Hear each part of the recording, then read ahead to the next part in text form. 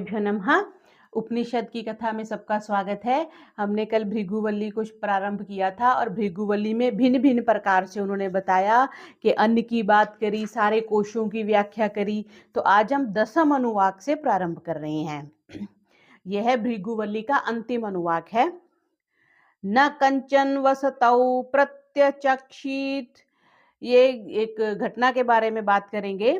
वसतो, वसतो कहते हैं कि अपने घर पर ठहरने के लिए आए हुए। जैसे आप कोई कार्यक्रम करते हो, कोई विवाह शादी होता है तो घर में अतिथि आते हैं ना, तो वो बात कर रहे हैं कि अपने घर पर ठहरने के लिए आए हुए कंचन किसी अतिथि को न प्रत्यचक्षित, प्रतिकूल उत्तर ना दे। कोई आपके घर पे आया है तो उसको उल्टा आंसर नहीं देना।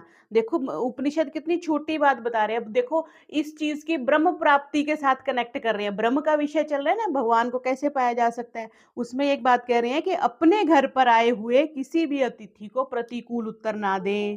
तत् वह एक व्रत है।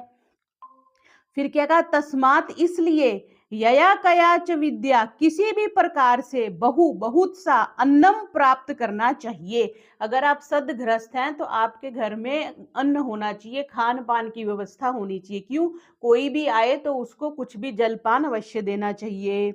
अस्मय, इससे अन्नम, भोजन जो है वो तैयार है यूं कहते हैं, तो उससे अधिक श्रद्धा, प्रेम और सत्कार पूर्वक वो भोजन या अन्न या जो भी खान पान की वस्तु आपके पास है वो देनी चाहिए। इस दाता को अधिक आदर के सत्कार के साथ ही अन्न प्राप्त होता है। जो अतिथि का आदर सत्कार करता है तो उसको और अन्न की प्राप्ति होती है। यदि अतिथि को मध्यम श्रेणी की श्रद्धा और प्रेम से, मतलब ठीक ठीक सा हम अटेंड करते हैं, तब क्या होता है, निस्संदेह वह इस दाता को मध्यम श्रद्धा और प्रेम से अन्न प्राप्त होता है। और अगर निष्कृष्ट, बिल्कुल ही जैसे किसी को ये ले पकड़ ले जा, कई बार गुस्से से भिखारी को बोल देते हैं ना, या कोई मांगने वाला आता है, तो अगर निष्कृष्ट श्रद्धा सत्कार से देते हैं तो वही निष्कृष्ट आदि से ही जो गृहस्थ है उसको प्राप्त होता है। तो क्या बताया कि कोई भी अतिथि घर में आए तो एक तो आपके पास जलपान की व्यवस्था होनी चाहिए और श्रद्धा और सत्कार से देना चाहिए। जैसे मुझे भी कई बार याद है, एक बार हम कहीं गए तो वो कहते जी हाँ आप तो भोजन बनाते ही नहीं हो, हमारे घर भोजन बना हुआ है आप खा लो। तो ऐसा मतलब भोजन बनाते नहीं हो मतलब कि हाँ भी तेरे पास तो है नहीं तो तू हमारे यहाँ खा ले। तो मैं हंस पड़ी, तो मेरे को ये बात तब याद आई थी। या कई बार क्या होता है, मेरे पास कोई रात्रि में आए ना कि मैं 5-6 बजे 7 बजे आऊंगा, तो मैं उसको पहले कह देती हूँ कि रात्रि में मैं रसोई नहीं करती और भोजन करना, भोजन लेना, प्रसाद लेना तो मध्याह्न में आना।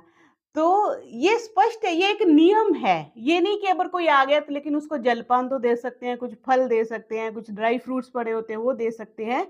तो वैसे ही बस कहा कि कोई अतिथि आए तो आइए बैठिए, भोजन तैयार है, भोजन कीजिए, ये अवश्य कहना होता है। और जितनी शुद्धता से तैयार करके उत्तम भाव से उसको फिर अन्न और प्राप्त होता है, उसको भोजन प्राप्ति में कोई कठिनाई नहीं आती। और यदि मध्यम भाव से हम किसी की सेवा करते हैं तो फिर उतना ही हमें लाभ होगा। मतलब वही, जितना मीठा डालोगे उतना ही, जितनी चीनी डालोगे उतनी ही मिठास होगी। तो इसमें देखो दशम अनुवाक में इन्होंने ये बात करी कि निष्कृष्ट भाव से अगर अश्रद्धा पूर्वक तैयार किया हुआ भोजन पदार्थ किसी को देते हैं तो उसकी प्राप्ति के लिए फिर अधिक से अधिक श्रम करना पड़ता है। ये बात इन्होंने इसमें बताई। फिर आगे आ गया कि परमात्मा का विभूति रूप से सर्वत्र चिंतन करने का क्या बताया। क्षेमिति वाची योग क्षेमिति प्राणापानयोः कर्मेति हस्तयोः गतिरिति पादयोः विमुक्तिरिति पायौ इति मानुषी समाज्यः। वह परमात्मा कैसा है वाणी में। ये देखो सिर्फ एक श्लोक जो इन्होंने पहले बताया ना, उसी में ये अन्न की बात करी है और दूसरा फिर ब्रह्म पे आ गए।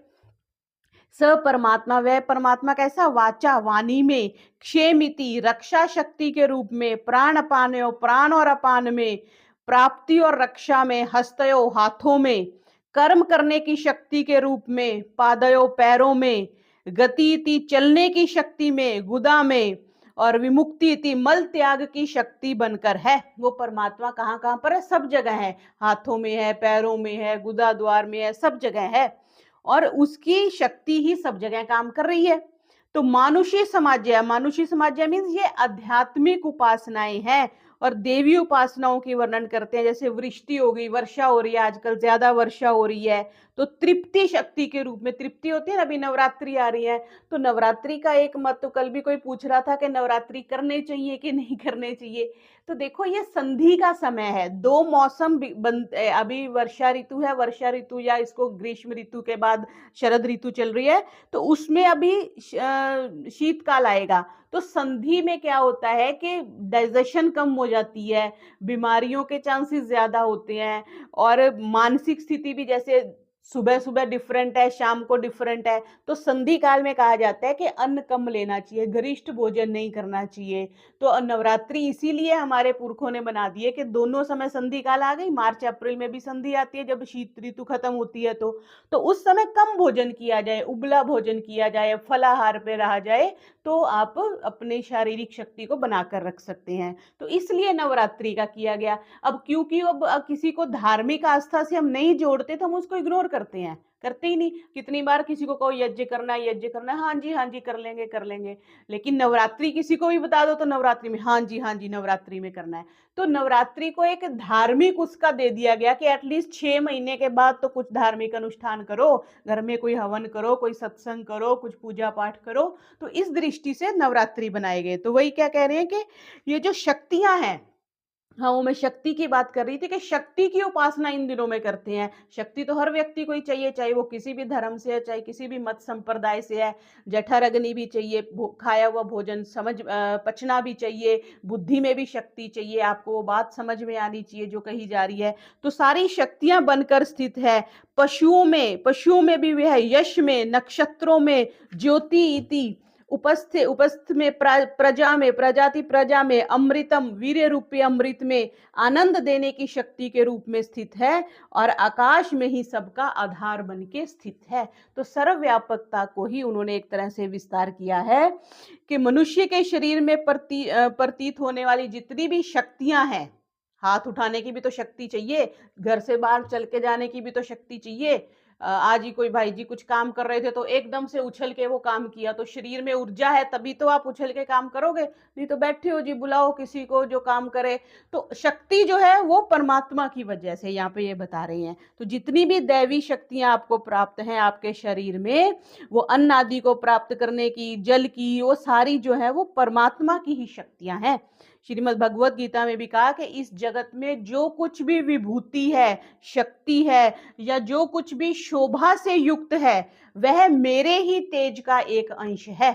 श्रीमद् भगवत गीता के 10वें अध्याय के 41वें श्लोक में श्री कृष्ण जी के मुखारबिंद से यह बात निकली कि संसार में जितनी भी शक्तियां हैं, चाहे तूफान की आ रही है, चाहे गर्मी की आ रही है, चाहे धरती को चलाने की आ रही है, वो सारी शक्तियां जो है परमात्मा से निकली हैं। अब कह रही है कि विविध भावना से की जाने वाली उपासना का फल क्या मिलेगा। तत्प्रतिष्ठेत उपासित प्रतिष्ठावान भवति, तन्महा इति उपासित महान भवति, तन्मना इति उपासित मानवान भवति।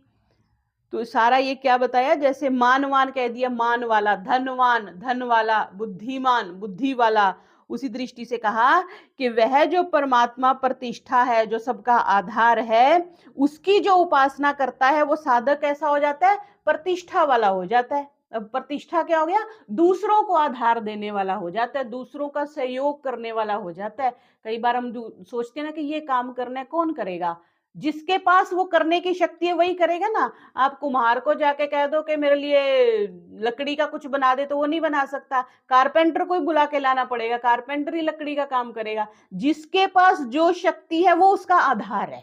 ठीक है, तो यहाँ पे ये कह रहे हैं कि जो उस परमात्मा की प्रतिष्ठा वाले परमात्मा की उपासना करता है वो प्रतिष्ठा वाला हो जाता है। और क्या वह सबसे महान है, जो उसकी उपासना करता है वो महान हो जाता है। मन है जो उसकी उपासना करता है वो मन की शक्ति से संपन्न हो जाता है। मन के हारे हार है, मन के जीते जीत। उस परमात्मा की उपासना करते हैं तो मन में वो बल देता है, मानसिक बल देता है। जब कठिन परिस्थिति आती है तो वो संभालने की शक्ति भी मन ही देता है। फिर तत् नमः, वो नमस्कार करने के योग्य है। फिर इस प्रकार समझकर उसकी उपासना जो करते हैं, कामः, वो समस्त जो काम भोग है, खाना है, वस्त्र है, गाड़ियां हैं, जो भी उपभोग का हमारा सामान है, वो उसके लिए विनीत हो जाते हैं, उसके लिए उपस्थित हो जाते हैं। वह उपास्य देव ब्रह्म है, ऐसा समझकर कोई उपासना करता है तो वो ब्रह्म से युक्त हो जाता है। और जो परमात्मा को सबको मारने के लिए नियत किया हुआ अधिकारी है, परमात्मा मारता भी तो है, मृत्यु भी तो देता है, इस प्रकार जो समझकर उसको उपासना करता है, उसके शत्रु मर जाते हैं। अब देखो, परमात्मा की उपासना करने से सब कुछ हो जाता है जो दुनिया में चाहिए। हम कहते हैं ना जी, वो बंदा मेरे से द्वेष करता है, वो झगड़ा करता है, वो मेरे को पसंद नहीं है। तो जो जो उसकी उपासना करता है, हम छोटे से ही हैं, कोई व्यक्ति नहीं, कोई हमारा अस्तित्व नहीं है इस पूरे ब्रह्मांड में, दुनिया में, फिर भी कोई व्यक्ति हमारा दुश्मन होता है या कोई मित्र होता है तो कहते हैं ठीक है वो मेरा दोस्त है, हम संभाल लेंगे बात को। और जो दुश्मन होता है उसको हम कहते हैं ठीक है हम इसको देख लेंगे। तो जब परमात्मा हमारा सबसे प्रिय मित्र है, मेरा एक परोपकारी में लेख भी आया था, उसमें भी मैंने ये बात लिखी थी कि परमात्मा सबसे प्रिय मित्र है। बाकी मित्र तो दूर है ना, सब अपने घर में बैठे हैं, कोई फोन से उपस्थित होगा, कोई वो भी नहीं होगा। लेकिन जो परमात्मा है वो हमारे घर में भी उपस्थित है, हमारे हृदय में भी उपस्थित है। किसी से बात करने की भी जरूरत नहीं है, परमात्मा से ही बात करके हमारी बात हो सकती है। फिर परमात्मा संकल्प से दूसरे को भेजता है। यही मैंने एक दिन किसी से प्रश्न किया था, किसी गुरुजी से, कि हम कहते हैं सपोज कि मैं अकेली बैठी हूँ, मेरे को कोई समस्या हो गई, तो क्या करना चाहिए? तो गुरुजी बोलते हैं कि अगर आप परमात्मा से बोलते हो, सपोज मेरा कोई काम है जो कोई राम नाम का व्यक्ति कर सकता है, तो क्या करेंगे? मैं भगवान जी को बोलूंगी, भगवान जी ये व्यवस्था है, ये बात है, ये करनी है। तो भगवान जी वो राम नाम वाला जो व्यक्ति है उसके अंदर भी है, तो भगवान उसको प्रेरणा देंगे कि सुकामा को इस चीज की जरूरत है, उसको ये चीज उपलब्ध कराई जाए। ये बड़े अच्छे से मेरे को उस दिन समझ आई बात। हमें लगता है कि हमारा कोई नहीं समझता, लेकिन समय आने पे जिस चीज की जितनी जहां पर आपको आवश्यकता होती है वो पूर्ण होती है। अब बाकी आप ये कहो जी हाँ मेरे को तो जी अंबानी बनना है, मेरे को तो मोदी बनना है, दैट इज नॉट पॉसिबल। लेकिन जो आपकी मूलभूत आवश्यकताएं हैं वो परमात्मा के थ्रू ही पूरी होती हैं। हमें लगता है कि ये मेरे बेटे ने कर दिया, ये मेरे पड़ोसी ने कर दिया, ये मेरे मित्र ने कर दिया, लेकिन सारी आपकी आवश्यकताएं जो है वो परमात्मा के थ्रू ही पूरी होती है। परमात्मा नहीं चाहता तो आपका अपना बच्चा ही नहीं आपको पूछता। आप सिर बांध के पड़े हो, आपका सिर दर्द हो रहा है, आपका बच्चा ही नहीं आपको आके पूछेगा कि आपको दवाई चाहिए। तो किससे और किसके लिए प्रार्थना करनी है? परमात्मा के लिए करनी है। जो भी आपको शक्ति चाहिए, जो भी आपको पदार्थ चाहिए, आपको उससे कनेक्ट होना पड़ेगा। फिर अगले में कह रहे हैं कि सर्वत्र एक ही परमात्मा परिपूर्ण है, अब दो भी नहीं है। ठीक है, इस बात को समझकर उन्हें जो प्राप्त लेने का फल है उसका फिर और फल बता दिया। क्या? यश्चयम पुरुषे यश्च सवादित्ये स एकः, वो एक है। बार बार ये प्रमाण पूछती है ना, परमात्मा दो किसी ने भी नहीं कहा, किसी भी धर्म में, किसी भी मत संप्रदाय में किसी ने नहीं कहा कि भगवान दो हैं। आपके देवी देवता दो हो सकते हैं, आपके संत गुरुजन दो हो सकते हैं, लेकिन परमात्मा एक है। ये इसमें आ गया।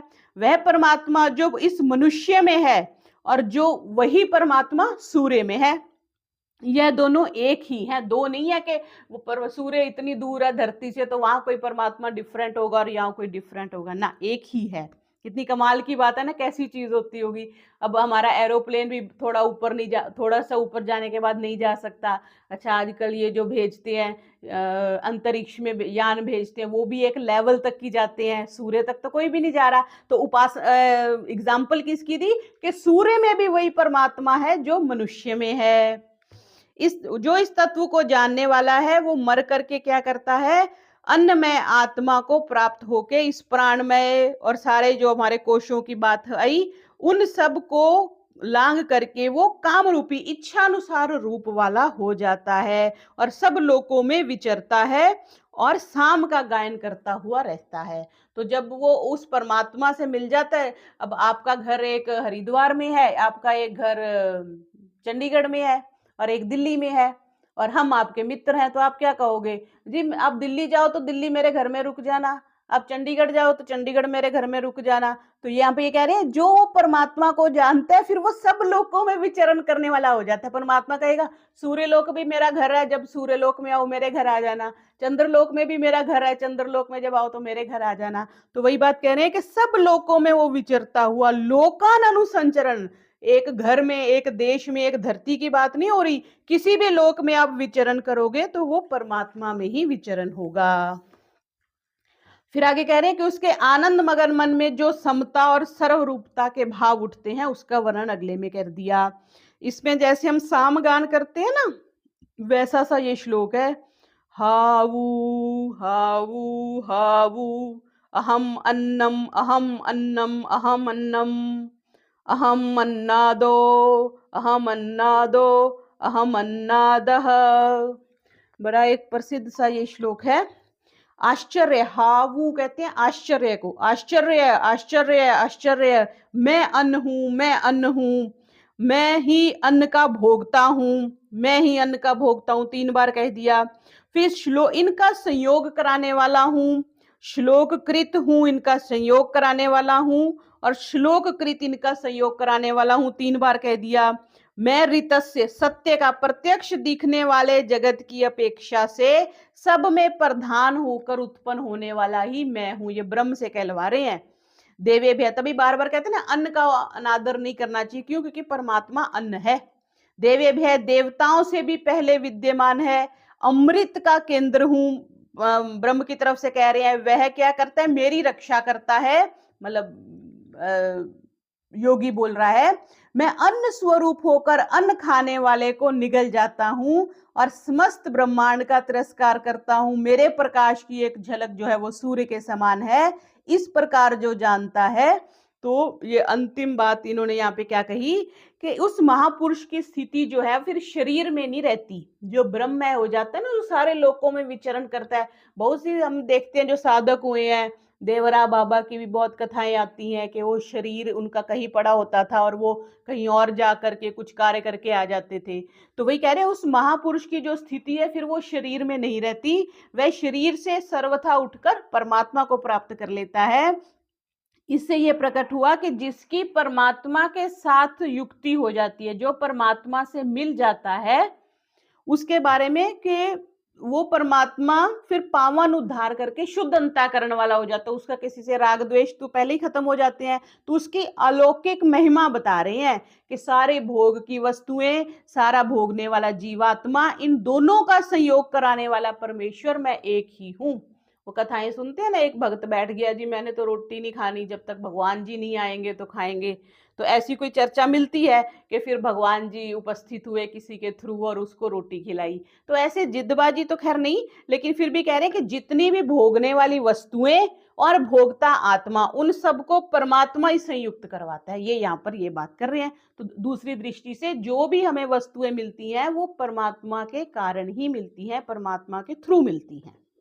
तो जो कोई मनुष्य किसी वस्तु के रूप में किसी को प्रदान करता है, वह मानो मतलब उसकी रक्षा कर रहा है, और योग्य पात्र में भोग्य पदार्थों को दान करना ही उनकी रक्षा का सर्वोत्तम उपाय है।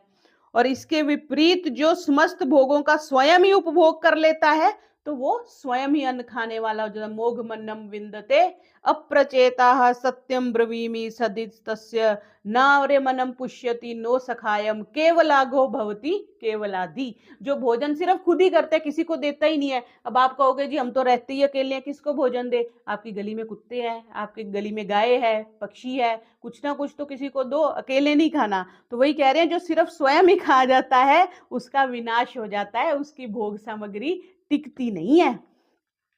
और मैं समस्त ब्रह्मांड का तिरस्कार करने वाला हूं, सब कुछ मेरे से तुच्छ है। वो तो परमात्मा के तत्व को बता रहे हैं कि परमात्मा जो है वो बहुत एक बड़ी हस्ती है, सब कुछ उसका है। सब कुछ मीन्स इसको समझने की बात है। थ्योरी में तो हमने समझ लिया, लेकिन ये समझ आना चाहिए कि कैसे सब कुछ परमात्मा का है और कैसे गतिविधियां होती हैं।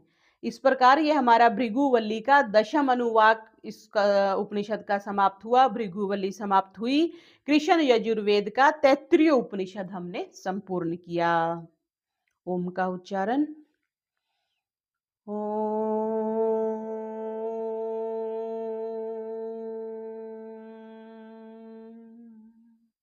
सर्वेभ्यो नमः।